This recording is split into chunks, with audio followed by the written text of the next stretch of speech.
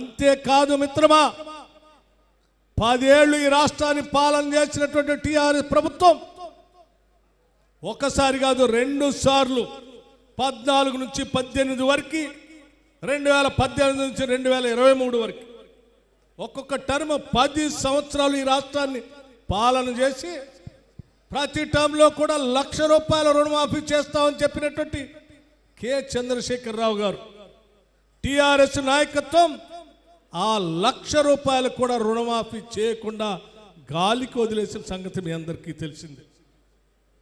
సరే, మొదటి సంవత్సరం మొదటి దఫా అయిపోయింది కదా, రెండోసారి అయినా చేస్తారని చూస్తే రెండోసారి కూడా ఎన్నికలు వచ్చేంతవరకు చేయకుండా అరకొరగా కొద్దిగా ఏదో మొదలుపెట్టి ఎన్నికలు వచ్చినని వదిలేసి గాలికి పోయినటువంటి కె చంద్రశేఖరరావు గారు ఈరోజు స్టేట్మెంట్ ఇస్తూ, రేవంత్ రెడ్డి గారు మీరు ఇచ్చిన హామీలు చేయట్లేదు, నేను ప్రజల్లోకి వస్తాను, ప్రజల మధ్యలో నిలబడి మాట్లాడతానని మాట్లాడుతూ ఉన్నాడు.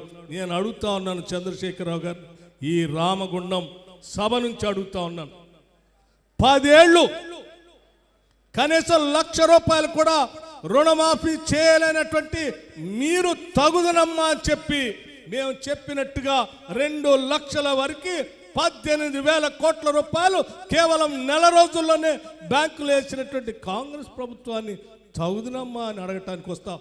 ఏం ముఖం పెట్టుకొని వస్తావు? మేము 2 గదులు ఇల్లు ఇస్తాం, డబల్ బెడ్రూమ్ ఇల్లు ఇస్తాం అని చెప్పి ఇయ్యలేకపోయాం. కానీ కాంగ్రెస్ పార్టీ రాగానే డబల్ బెడ్రూమ్ ఇళ్ల కోసం 5 లక్షల రూపాయలతో శాంక్షన్ చేస్తూ ప్రతి శాసనసభ నియోజకవర్గంలో కనీసం 3,500 ఇళ్లకు తగ్గకుండా 4.5 లక్షల ఇళ్లు శాంక్షన్ చేయడం కోసం కాంగ్రెస్ పార్టీ ముందుకు పోతా ఉంది. ఇది తప్పు, నాలాగా వాళ్ళు కూడా ఎగేస్తే బాగుండదని చెప్పడానికి వస్తావా? లేకపోతే మేము నిరుద్యోగ యువతి యువకులందరికీ ఉద్యోగాలు ఇద్దామనుకున్నాం, కానీ 10 ఏళ్ళు ఇవ్వలేదు. కాంగ్రెస్ పార్టీ రాగానే రేవంత్ రెడ్డి గారి నాయకత్వంలో కాంగ్రెస్ ప్రభుత్వం ఇందిరమ్మ రాజ్యం నిరుద్యోగ యువతి యువకుల కోసం కేవలం 3 నెలల్లోనే 60,000 ఉద్యోగాలు ఇచ్చారు. ఇంకా ఒక 60,000 ఉద్యోగాలు అక్కడ పరీక్షలు జరుగుతూ ఉన్నాయి. మొత్తం పెద్ద ఎత్తున ఆ పబ్లిక్ సర్వీస్ కమిషన్ ప్రక్షాళన చేసి జాబ్ క్యాలెండర్ కూడా ప్రకటించారు. ఇది తప్పు, అలా చేయకుండా ఉండాల్సింది. మాలాగానే మీరు కూడా ఉద్యోగాలు ఇయ్యొద్దని ప్రజలకు చెప్పడానికి వస్తావా? లేకపోతే నేను ₹1,00,000 రుణమాఫీ చేయలేకపోయాను, కాంగ్రెస్ వాళ్ళు మాత్రం 2 లక్షలు చేశారు, చేయకుండా ప్రజలకు ఎగరా పెట్టండి అని ప్రజలకు చెప్పడానికి వస్తావా? లేకపోతే వాళ్ళు చెప్పినట్టుగా మేము 3 ఎకరాల భూమి ఇస్తాను ఇయ్యలేకపోయాం, కాంగ్రెస్ వాళ్ళు మాత్రం ఉచితంగా మహిళలందరూ మహాలక్ష్మిలాగా చూస్తా ఉన్నారు, బస్సు ప్రయాణం చేస్తా అని చెప్పారు, ఇది తప్పు అని చెప్పడానికి వస్తావా? ఏం చెప్పడానికి వస్తావు? ఏం అడగటానికి వస్తావు? తెచ్చుకున్న రాష్ట్రం ఉద్యోగాల కోసం తెచ్చుకుంటే ఉద్యోగాలు ఇవ్వకపోతే ఈరోజు రాష్ట్ర ప్రభుత్వం ఇదే ఇప్పుడే చెప్పారు కదా, ఈ రాష్ట్రంలో ఉన్న నిరుద్యోగ యువతి యువకుల కోసం స్కిల్ యూనివర్సిటీ పెట్టి పెద్ద ఎత్తున వాళ్ళకు ఉద్యోగ అవకాశాలు వచ్చేటట్టుగా కాంగ్రెస్ ప్రభుత్వం చేస్తూ ఉంది. ఇది తప్పు అని చెప్పడానికి వస్తావా? ఏం చెప్పడానికి వస్తావు?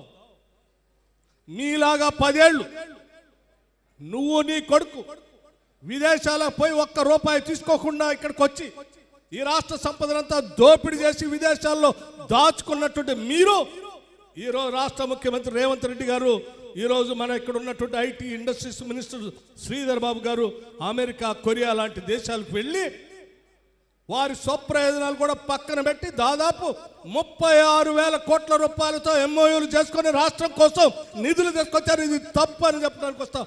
ఏం చెప్పడానికి వస్తారు మీరు? ఏం ముఖం పెట్టుకొని తిరుగుతారని నేను అడుగుతా ఉన్నాను.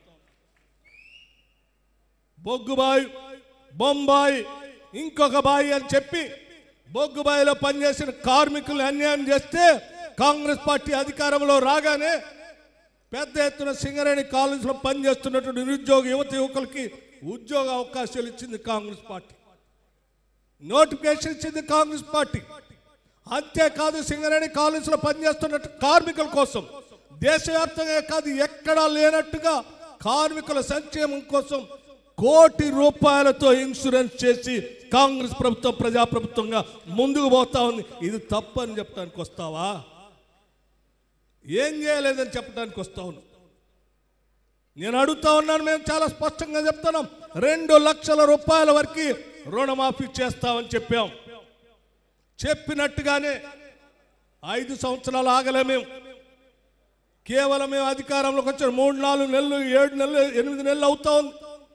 ఈ 8 నెలల్లో 4 నెలలు ఎన్నికల కోడ్లో పోతే మాకు మిగిలింది కేవలం 3 నుంచి 4 నెలలు. ఈ 3-4 నెలల్లోనే అనేక పథకాలు చేస్తూ చివరికి మీరు జీతాలు ఇవ్వలేనటువంటి పరిస్థితిలో ఈ రాష్ట్ర ఆర్థిక పరిస్థితి కుదేలు చేసిపోతే ప్రతి నెల మొదటి తారీఖున జీతాలు ఇస్తూ ఇంకొక 18,000 కోట్ల రూపాయలు తీసుకొచ్చి రైతుల కోసం రుణమాఫీ ఈనాటి కాంగ్రెస్ ప్రభుత్వం ఇది ఛాలెంజ్గా చెప్తా ఉన్నాం.